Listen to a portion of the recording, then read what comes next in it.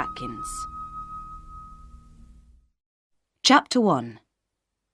King Henry is dead. My name is Catherine Parr. A month ago, I was the Queen of England, the wife of King Henry VIII. Henry died, and we buried him last week in St. George's Church, Windsor. 2 days ago, on the 16th of February, 1547, I went back to the Palace of Whitehall, which was once my home. I wanted to take my letters and books and bring them back to my house. Margaret, my new maid, came to the palace with me. She's very young and doesn't know a lot about the world. She has only just come up to London from her home in Somerset. Perhaps I was like her when I was 12. I, too, was always asking questions and wanting answers immediately. When we arrived at the palace, it was cold and dark. We walked into Henry's room. I sat down in one of Henry's large chairs in front of his wooden writing desk and looked at the pictures around the room. Next to me, there was a big picture of Henry when he was young. He was very handsome then, not like the fat old man he was later. I thought his blue eyes were watching me. I turned to Margaret and said, "You see that picture of the king? That's what he was like when he was young. Tall and strong and handsome. People say that he never got tired.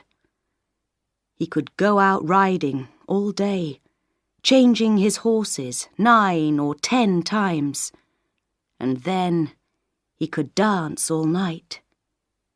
He was clever too. He could speak 5 languages. Will people remember him like that?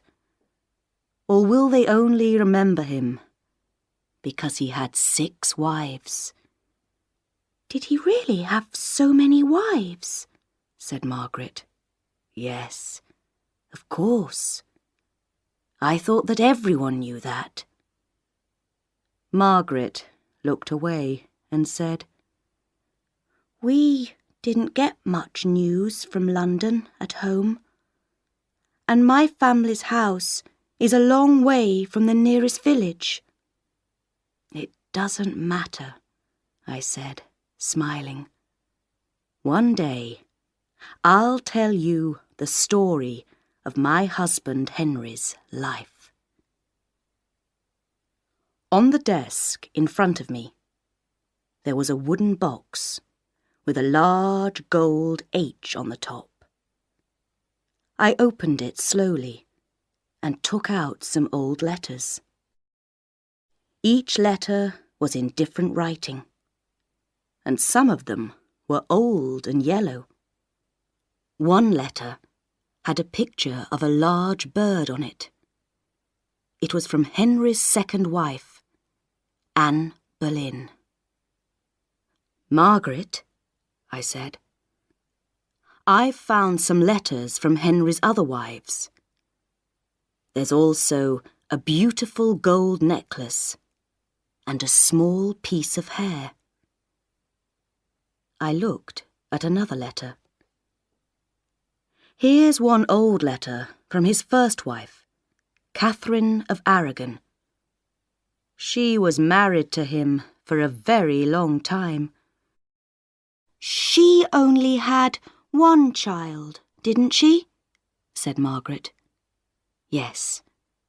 Only Princess Mary is still alive.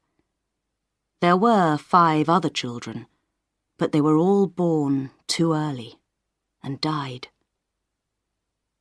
Again, I looked at the letter with the picture of the bird on it. Have you heard of Anne Boleyn, Margaret? Yes. My mother talked about her. She said she was a very bad woman. Well, that's what some people say. Anne was the mother of Henry's second daughter, Princess Elizabeth. Look, I said. This one is from Catherine Howard, Henry's fifth wife. Both Anne and Catherine were beheaded in that terrible prison, the Tower of London. Why did the king send them to their deaths? Asked Margaret. She looked afraid. They had many enemies who told the king that they had lovers. Perhaps the stories were true. I don't know. But the king believed them. I looked at another letter. This one is from Jane Seymour. She was the third wife and the mother of Henry's only living son. He is now our king, Edward VI. Was Jane Seymour beheaded too? Asked Margaret. No. Poor Queen Jane died soon after Edward was born. I looked at the last, short letter. Look, a letter from Anne of Cleves, Henry's fourth wife. Did she have any children? Asked Margaret. No, I laughed. Henry thought that Anne was very ugly, and he didn't want her to be the mother of his children. Margaret was silent. Then she said, King Henry sounds like a terrible husband. He wasn't all bad, Margaret. There were good times too.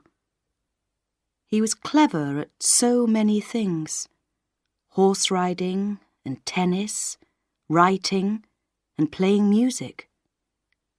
He wrote many beautiful songs, and he had a wonderful singing voice. But it's true that he wasn't very kind to his wives. Margaret looked at the box. So, why did he keep these letters from them? She asked. Oh, you ask so many questions, Margaret. I don't know. Perhaps each letter says something important. I looked up and saw that it was nearly dark. It was time to go home to Chelsea Manor. I put the letters back inside the box. Come, Margaret. We must go now. But can't we read the letters? She asked. We'll take them with us and read them tomorrow. Chapter 2. Catherine of Aragon. We got up early the next morning and went to my favourite room. It has a wonderful view of the large gardens and the River Thames at the bottom. Did you sleep well, Margaret? I asked. No. I dreamed that King Henry came back to life and sent me to the Tower of London. Why did he do that? Because in my dream I read the letters and he was angry with me. Perhaps it will be bad luck if we read them, said Margaret, worried. Don't worry, I said. It was only a dream. He can't do anything now. He's dead. I went over to the wooden box and opened it. We'll read the letter from Catherine of Aragon first, I said. She was Spanish, wasn't she? Said Margaret. Yes, She first came over to England to marry Henry's brother, Arthur, but he died. She then married Henry and was his wife and queen for 24 years. What a long time! What happened to her? Did she go to the Tower of London too? No. Henry divorced Catherine because he wanted a son, and she only gave him a daughter, Princess Mary. Years before, Catherine did have a son, Henry, Prince of Wales, but he died when he was only 7 weeks old. The king wanted a son very much. He was in love with Anne Boleyn, but he also wanted a new wife, a younger woman, to give him sons. Poor Catherine, divorced after 24 years for a younger woman. Margaret looked at the letter in my hand. Can we read the letter now, my lady? Yes. Let's sit down by the window and read it together. But I can't read, said Margaret, looking at the floor. That's all right. I'll read it for you. We sat down, and I began to read it slowly. Windsor, the 28th of July, 1531. Dear Henry, when you left Windsor last week, you didn't say goodbye. I feel lonely and unhappy without you. When will I see you again? Please, come back soon. You know that I am your true wife. We have been married for more than 20 years in the eyes of God. I have given you a daughter, Princess Mary. God took from us our other children. I wanted so much to give you a son, but God's plan for us was different, and we cannot change that. I pray for you every day and ask for you to come back to me. I have never been untrue to you, Henry, and have always been a good wife and a good mother to our daughter. I am still your queen. There is only one Queen of England, and that is me. I know that you are with Anne Boleyn, but you will never be happy with her. I am the daughter of a king, and she is not. You must not divorce me. The Pope and the Catholic Church will never agree to this. I am sending you a necklace with a gold cross. Henry, when you look at it, remember me and remember the Catholic Church. Your Queen, Catherine of Aragon. So, what happened to Catherine? Asked Margaret. Did she ever see the king again? No, never. He divorced her. She lived a lonely life with only a few friends, and died a broken and unhappy woman about 10 years ago. What about the Catholic Church? Did the Pope agree to the divorce? No, he didn't. So Henry broke with the Pope and the Catholic Church, and that's how the Church of England began. The king became head of the church, and the Pope and the Catholics were very angry. It made a lot of trouble, both in England and Europe. And all because of Anne Boleyn, said Margaret. Not only that. You see, it was very important for the king to have a son, to be king after him. There has only ever been one queen in England, and that was a terrible time, with a lot of fighting and killing. Henry didn't want that to happen again after his death. So he knew that he must have a son, not just daughters. And that's really why he divorced Catherine and married again. And was he sad when Catherine died? Sad? Oh, no. He dressed in yellow and danced all night with his new queen. Margaret looked inside the box and found the gold necklace. She held it to her neck. Poor Catherine, she said softly. King Henry was a terrible husband to her. Chapter 3. Anne Boleyn. Margaret carefully put the necklace back into the box, then looked at me. So, then the king married Anne Boleyn, she said. Was Anne very special? Was she really very beautiful? Some people say that she was, and others say that she wasn't.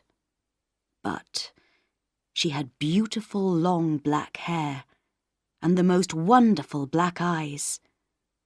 When men looked into her eyes, they fell in love with her. Tell me more about her, said Margaret.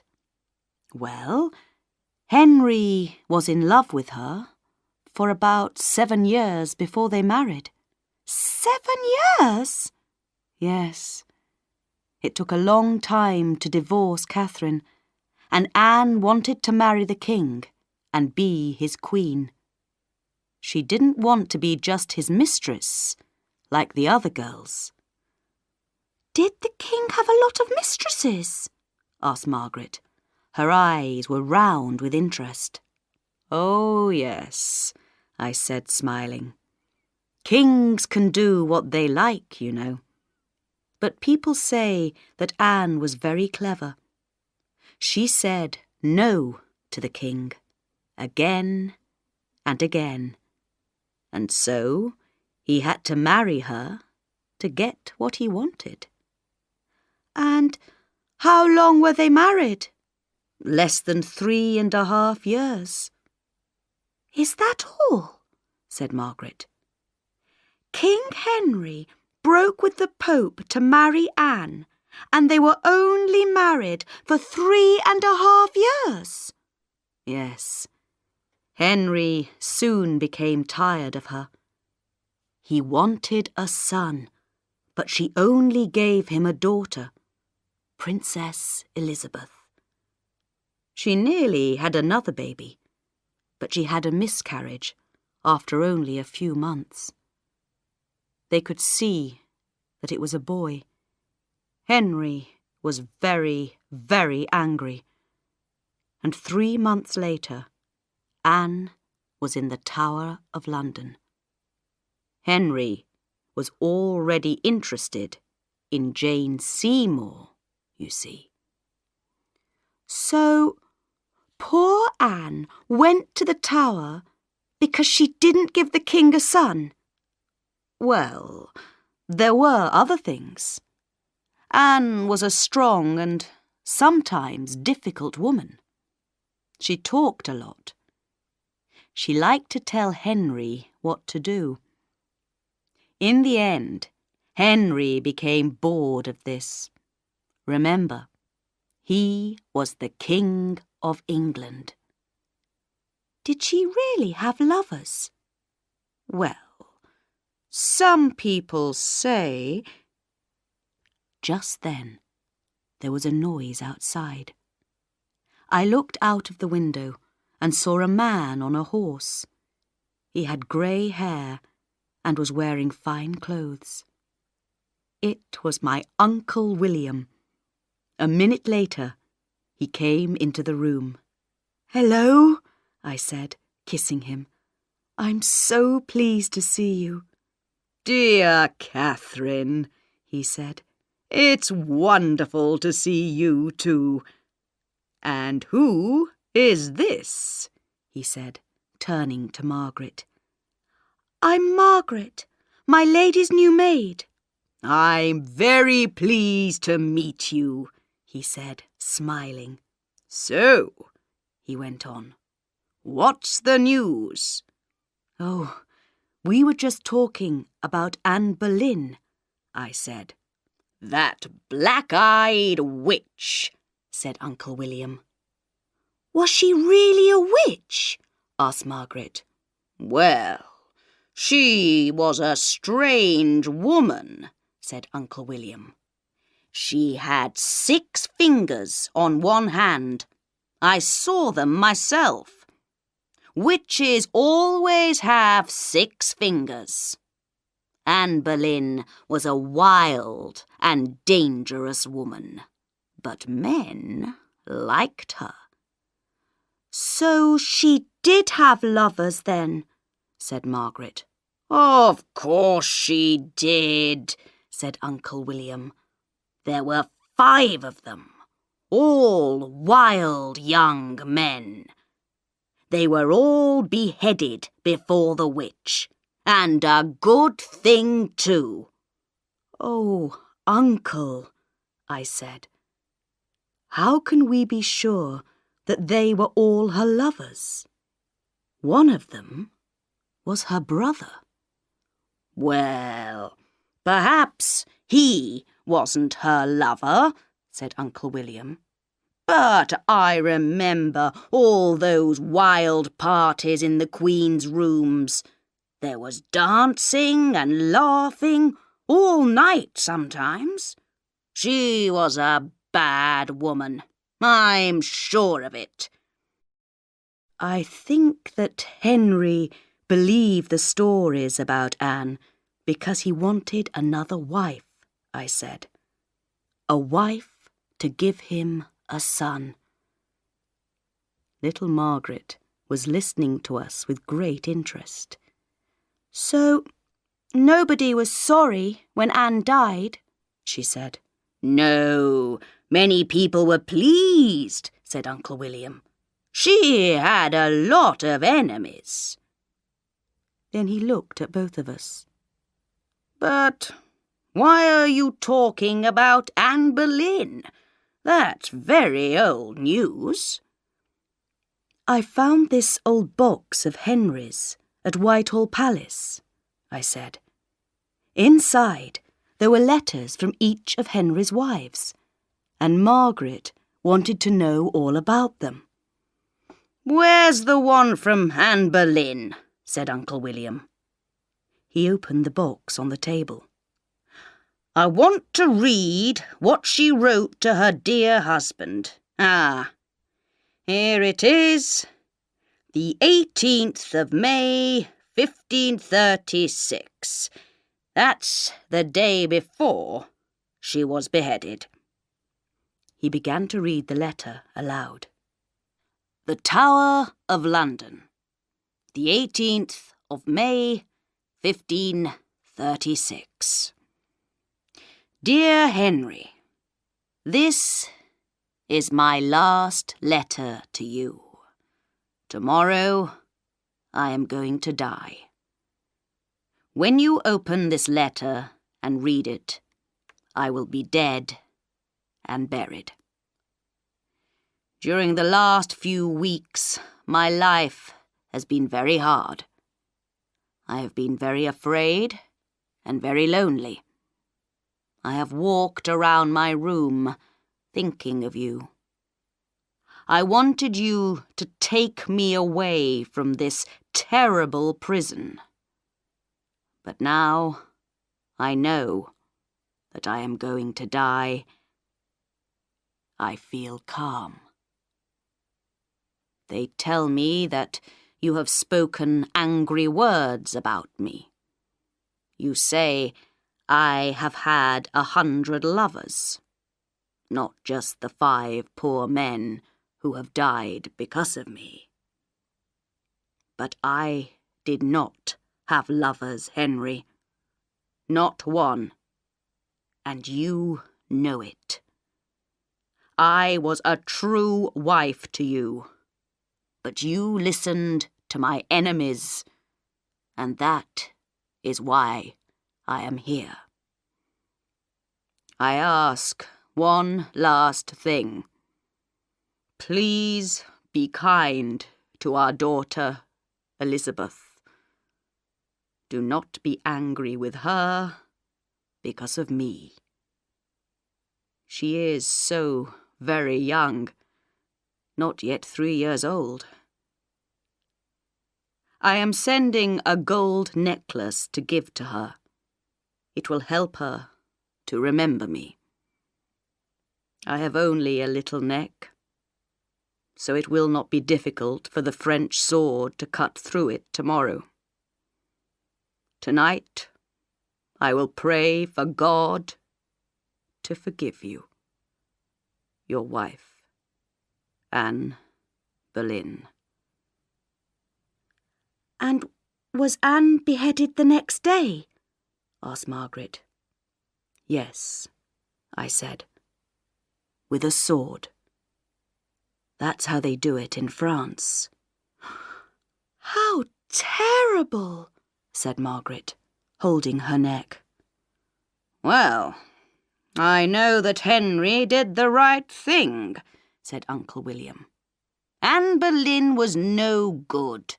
She wasn't a real queen, not like Catherine of Aragon. He stood up. I must go, he said. This is all very interesting, but I came here to talk to your brother. I'll go and find him. Goodbye for now, ladies. He smiled and left the room. Where's the necklace? asked Margaret. I can't find it, I said, looking in the box. Perhaps Henry gave it to Princess Elizabeth. Perhaps she looks at it sometimes and thinks of her mother. Chapter 4. Jane Seymour. People say that Princess Elizabeth is very clever, said Margaret. Is that true, my lady? Yes, it is. She's only 13 years old, but she can read and write in 4 languages already. Margaret's face was sad. I only know 1 language, she said, and I can't read or write it. But you have a mother and father who are alive, I said quickly. You don't have enemies who watch you all the time, or who want to send you far away to marry a stranger. Perhaps an old man who drinks too much and keeps a mistress. Will that happen to Princess Elizabeth? Margaret asked. Her eyes round. Perhaps. Who knows? A princess doesn't always have an easy life, you know. I laughed. But Elizabeth is clever. I think she'll get what she wants in life.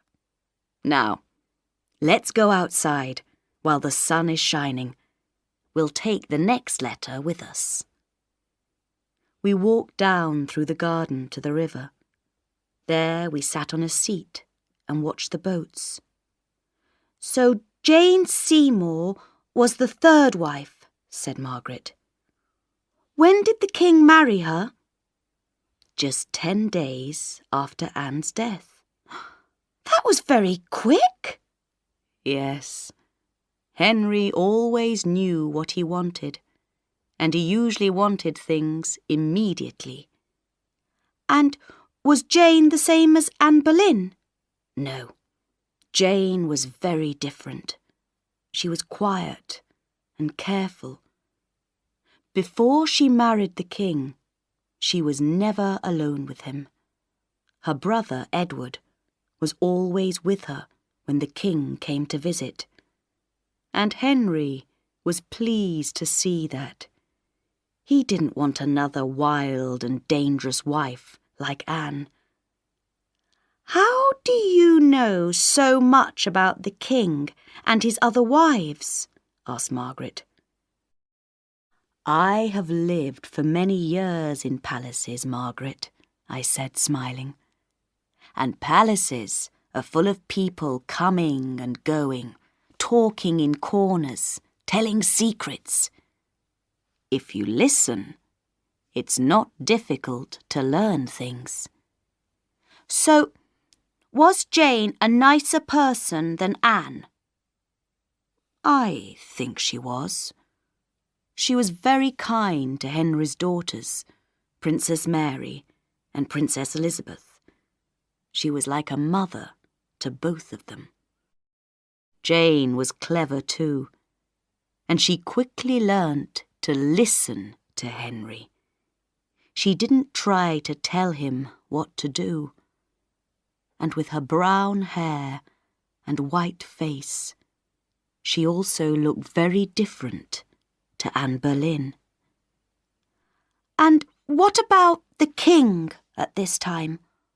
Was he still handsome?" "Oh, no. He was beginning to get fat, and his face was just like a big potato. Not like the picture in Whitehall Palace." "But was he happy?"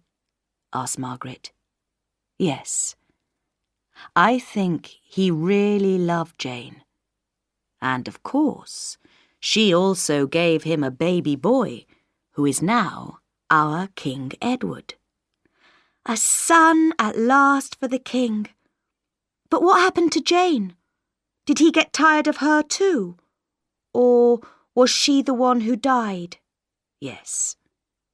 She died soon after Edward was born. How sad. She gave the king a son, and then she died. Let's read the letter now.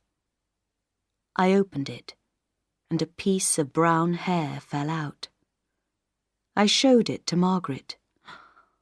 "What soft hair," she said, touching it. "Is it Jane's?" "Yes, I think so."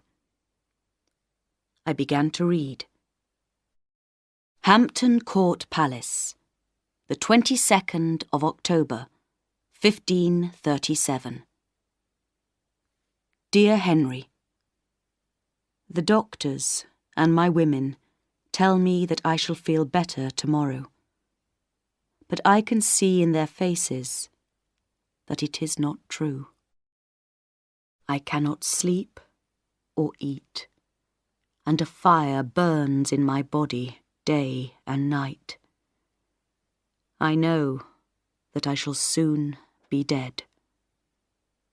But I have given you a son, Henry, and I can die happy, knowing that Edward will be king after you. I will never see the day when he becomes king, but I pray that God will give him a long and happy life. Please, look after dear Edward and tell him all about me.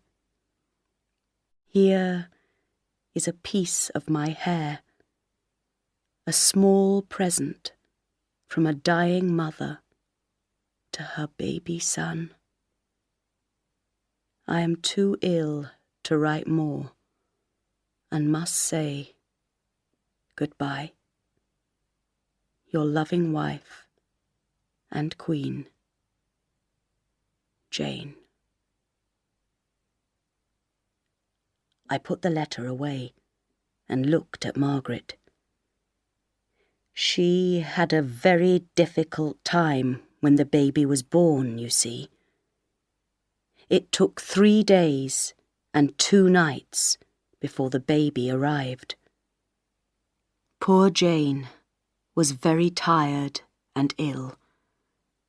She died 12 days later, very soon after this letter. "How terrible," said Margaret. She touched the piece of Jane's hair again.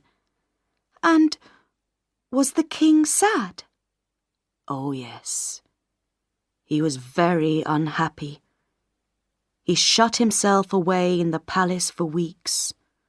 All England was sad, and every church in the country said prayers for poor Queen Jane. She was buried at Windsor, and Henry is now buried next to her. Just then, Uncle William came up behind us. "Ah, Uncle," I said. "Let's go in and have some lunch." Chapter 5. Anne of Cleves. After lunch, we sat and talked for a while. Uncle William was very interested in the letters. "So, which letter are you going to read next?" he asked. "The one from Anne of Cleves," I replied. "Oh, yes, Henry's ugly wife. When I first saw her, I thought she looked just like a horse, and the king thought that too." "A horse?" said Margaret. "So how did she become the king's wife?" "It's a long story. Do you want to hear it?" "Yes, please," said Margaret, smiling. "Well, after poor Queen Jane died, Henry was very sad and lonely. He wanted a new wife, and he wanted a second son. Children can die at any time, and Edward wasn't strong. So everybody looked for a beautiful young woman to be the new queen. Then someone told Henry about Anne of Cleves, a German princess. They said that she was beautiful, young, and clever. And at that time the king wanted to please the Germans because he was angry with the French. That all changed later, of course. Henry couldn't go and see Anne for himself, so he sent his artist, Holbein, to paint a picture of her. Holbein painted a fine picture of Anne and sent it back to Henry.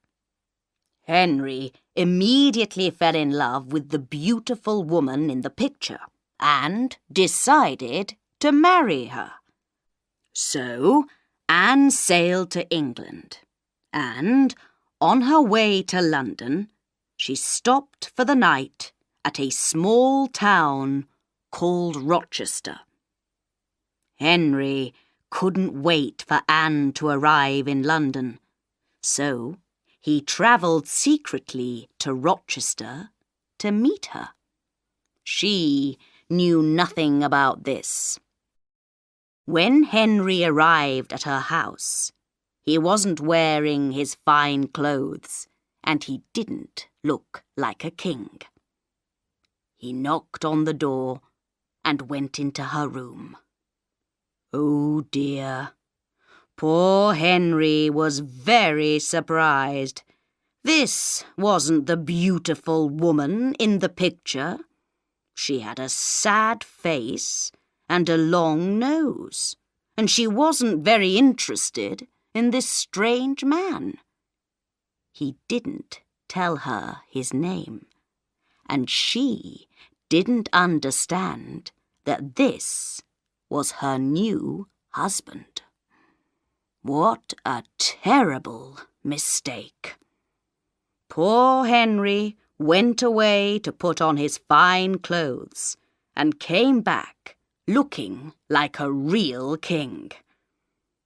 Anne now saw that this strange man was her new husband. Henry kissed Anne and said his name. Poor Anne smiled at him, but she couldn't speak any English, so she stayed silent. After a few minutes, Henry left.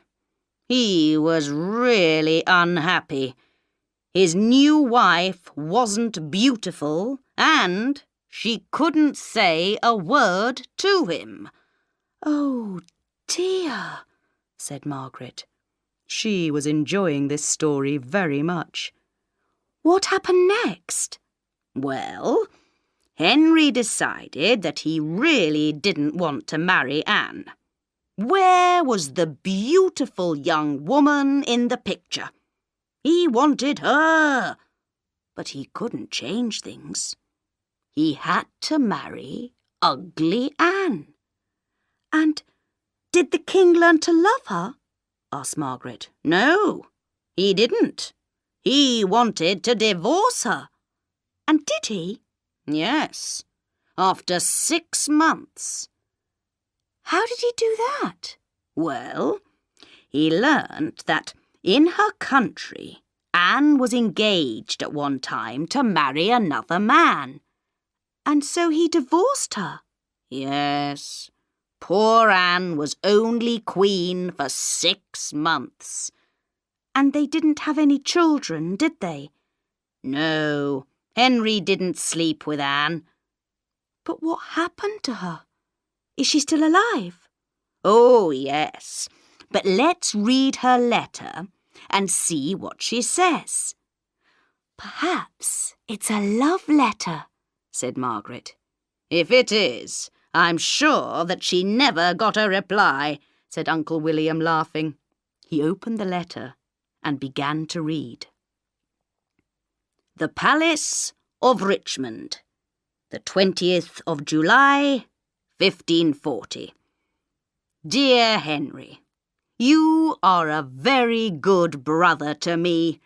Thank you for giving me £500 a year and the Palace of Richmond. I spend hours walking round the gardens here. The trees and flowers are wonderful. I have decided that I shall not go back to my country. I have thought about it carefully, and I know now that England is my real home. I feel so happy here. How can I leave all my dear English friends and my beautiful garden? Come and visit me soon, dear brother. Your loving sister, Anne. "She sounds really happy," said Margaret, surprised. I think she is, said Uncle William. She didn't make trouble for the king about her divorce, so he was pleased with her. And then, of course, he was free to marry his next wife. "The 5th one," said Margaret. "And who was she?" Catherine will tell you all about her. I must leave you now, ladies. He stood up and came to kiss me goodbye. Goodbye, Uncle, I said. Come again soon. Oh, I will. I'd like to read the rest of those letters. He looked at Margaret. Be good, young lady. He smiled at us both and left the room. Chapter 6. Catherine Howard. I took the last letter out of the box and held it in my hand while I answered Margaret's questions. She wanted to know everything. "And who was the king's 5th wife?" she asked. Catherine Howard. "Why did the king want to marry again?" He still wanted to have another son, you see. A brother, for Prince Edward. "And how did he meet Catherine?" asked Margaret. She was one of the ladies at Queen Anne's palace, so Henry knew her already. She was only 18. Henry fell in love with her immediately. He called her his beautiful flower and sent her many expensive presents, gold and jewels and fine dresses. But did she want to marry him? I smiled. If the King of England wants to marry you, how do you say no? Henry was very much in love, and he wanted to marry her immediately. The Howard family is an old and famous one, and they were very happy for Catherine to marry the king.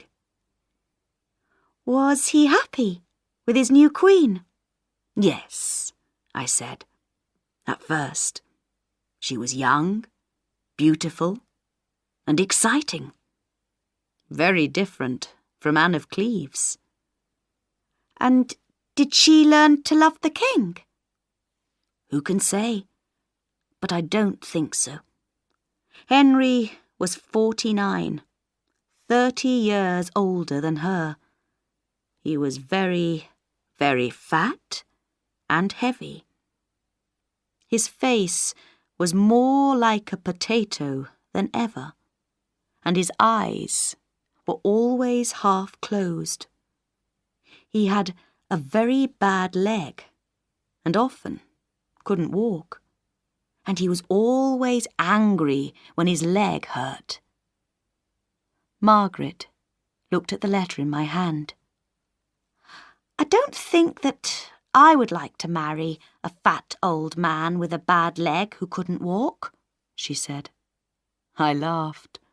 But the king's wife, remember, was also the Queen of England, the first lady in the country.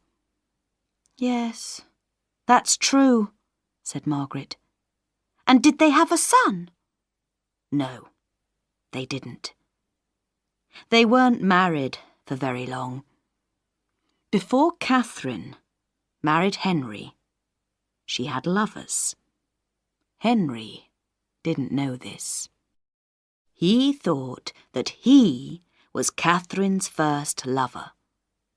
And about 6 months after Catherine married Henry, she began to see another man called Thomas Culpeper. He was tall and handsome. Catherine wrote love letters to him, and they met secretly at night. What a dangerous thing to do, said Margaret. Catherine wasn't very clever, I'm afraid. And people saw her and began to talk about it, and somebody told the king. One of his friends wrote it all down in a letter and put the letter into Henry's hand when he was in church. Oh dear, said Margaret. So then... Already she knew what happened next. Yes, I said. Henry was wildly angry. He talked, people say, about taking a sword and cutting off her head himself. But he sent Thomas Culpeper to prison, and soon after he sent Catherine to the Tower. Like Anne Boleyn, years before, said Margaret. Let's see what her letter says, I said, opening it. The writing is very untidy. I think she wrote this in a hurry. The Tower of London, the 11th of February, 1541. Dear Henry, please forgive me. I didn't want to make you unhappy and angry, believe me. It's true that when I was a young girl, I was friendly with different young men. I was so young and stupid. I also spent a lot of time with Thomas Culpeper, when I was your wife.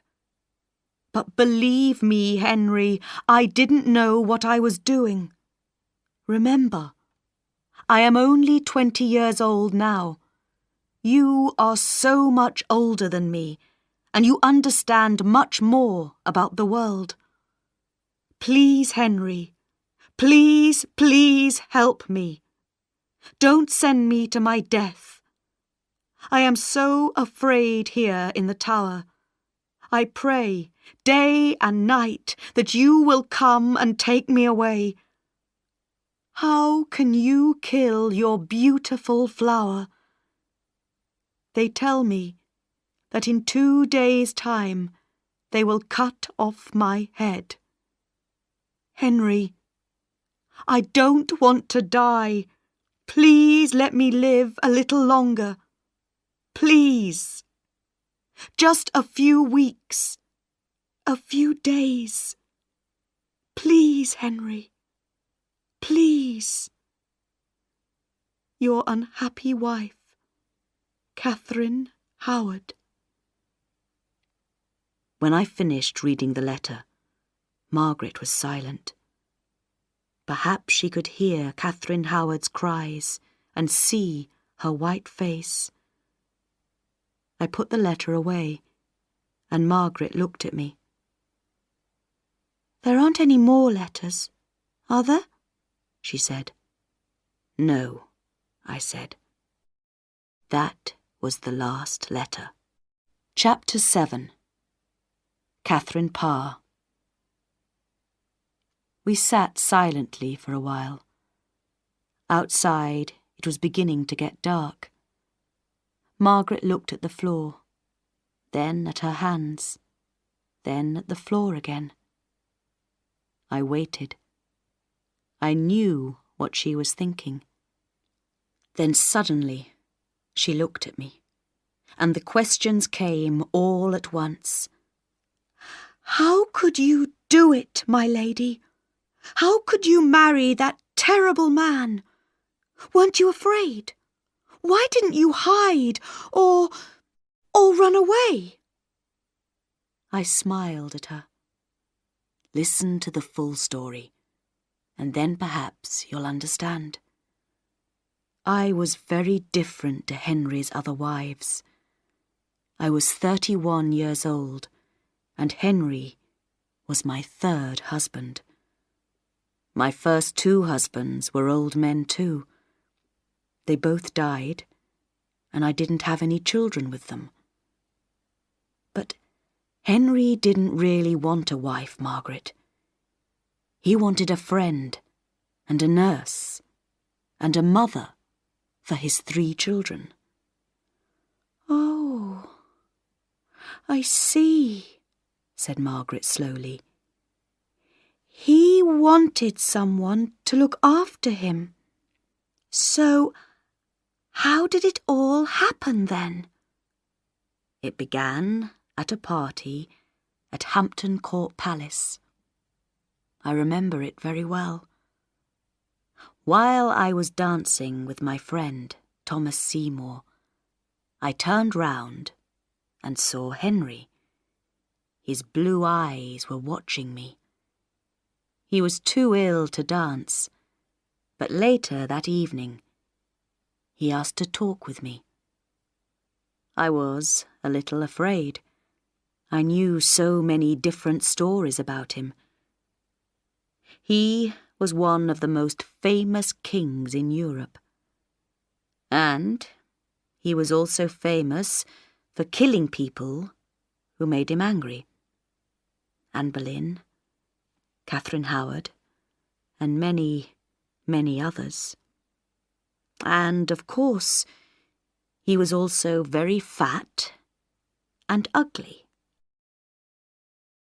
After that evening, he began to send me presents, and he asked me to visit him at Hampton Court Palace. At this time, I was friendly with Thomas Seymour. He was a fine young man, and I was in love with him. We talked about getting married. Then I got a letter from King Henry. He wanted to marry me. What could I do? I loved Thomas, but my family wanted me to be the Queen of England. And, in the end, I had to marry Henry. But were you happy? Asked Margaret. Well, sometimes I was. I loved being queen. I had beautiful clothes and expensive jewels. But it was also very difficult at times. Henry was often ill with his bad leg, and when his leg hurt, he became angry and shouted at me. Once, he nearly sent me to the Tower. I said something about the Church of England, and he didn't agree with me and got very, very angry. He didn't say anything then, but a few days later, his soldiers came to take me away. "Oh, no," said Margaret. "What did you do?" I cried and cried. I told him that I agreed with his every word, and that he was my teacher, and I was only a stupid woman. And then I cried some more, and said I didn't understand anything about the church. I only talked to help him forget his bad leg. "And was that true?" asked Margaret. Of course not, but I had to say something, and after that, we were friends again. "So you didn't love him?" No, I didn't. But I learned to like him some of the time. He was a clever and interesting man, and he was the King of England. "And what about his 3 children?" I felt sorry for them. They had a difficult and lonely life. I tried to be a good mother to them all. I was friendly with Princess Mary, played games with Elizabeth and young Edward, and helped them with their studies in different languages. Of course, Henry and I didn't have any children together. Suddenly, there was a knock at the door. "Come in," I called. A young man walked into the room. He was holding some beautiful red and gold flowers. "These are for Catherine Parr," he said. "For me?" I said. "Who are they from?" "There's a note here." He gave me a piece of paper, smiled, and left the room. I read the note quickly. "Dear Catherine, you are my true love. You are my flower. I think of you every hour. I wait for you. Tom." "What does it say?" asked Margaret. "I can't tell you," I laughed. "But who are the flowers from?" Thomas Seymour. "Oh, the young man who wanted to marry you before. Does he still love you? Are you going to marry him?" I don't know, Margaret. Henry only died 3 weeks ago. I was silent for a minute, and then I said, "It's true. I still like Thomas. I often think about him. Some people say he's only interested in 2 things, women and money. But I don't believe them. He has enemies, you see, because he comes from a famous family. Jane Seymour was his sister, so Thomas is one of King Edward's uncles. Will Edward be a good king, do you think? Asked Margaret. Yes, I think so. He's a very clever child. He often writes me letters in different languages, and he's only 9 years old. But I'm worried about him because he's often ill. England needs a strong king. Henry was a bad husband, but he was a strong king of England. If Edward dies, who knows what will happen? It was dark outside now. I looked at Margaret and said, "So, now you have heard all about King Henry and his 6 wives, and one day you can tell the story to your children and your grandchildren." I think that people will always remember King Henry because of his 6 wives, said Margaret. She opened the box and took out the letters. She looked at them, putting them back, one by one, into the box. Divorced, beheaded, died, divorced, beheaded. She closed the box and looked at me. And still alive. We both laughed. What are you going to do with the letters, my lady? Nothing, Margaret. It will be our secret. Catherine Parr married Thomas Seymour in May 1547, a few months after Henry's death. They were married for 15 months. Catherine had a baby girl called Mary, but 6 days after the baby was born, Catherine died. After her death, Thomas Seymour tried to become Princess Elizabeth's lover. He was beheaded because of this. King Edward was often ill, and he died just before his 16th birthday. Then, Mary, Catherine of Aragon's daughter, became queen. She was queen for 5 years. She married Philip of Spain, but did not have any children. Mary was a strong Catholic, and she killed many people who were not Catholics. Next, Elizabeth, Anne Boleyn's daughter, became queen. She was Queen of England for 45 years. This was the time of Shakespeare and Sir Walter Raleigh. Elizabeth was a very great queen, but she never married and had no children. Henry married 6 times because he wanted a son, and he wanted his son and his son's sons to be kings of England after him.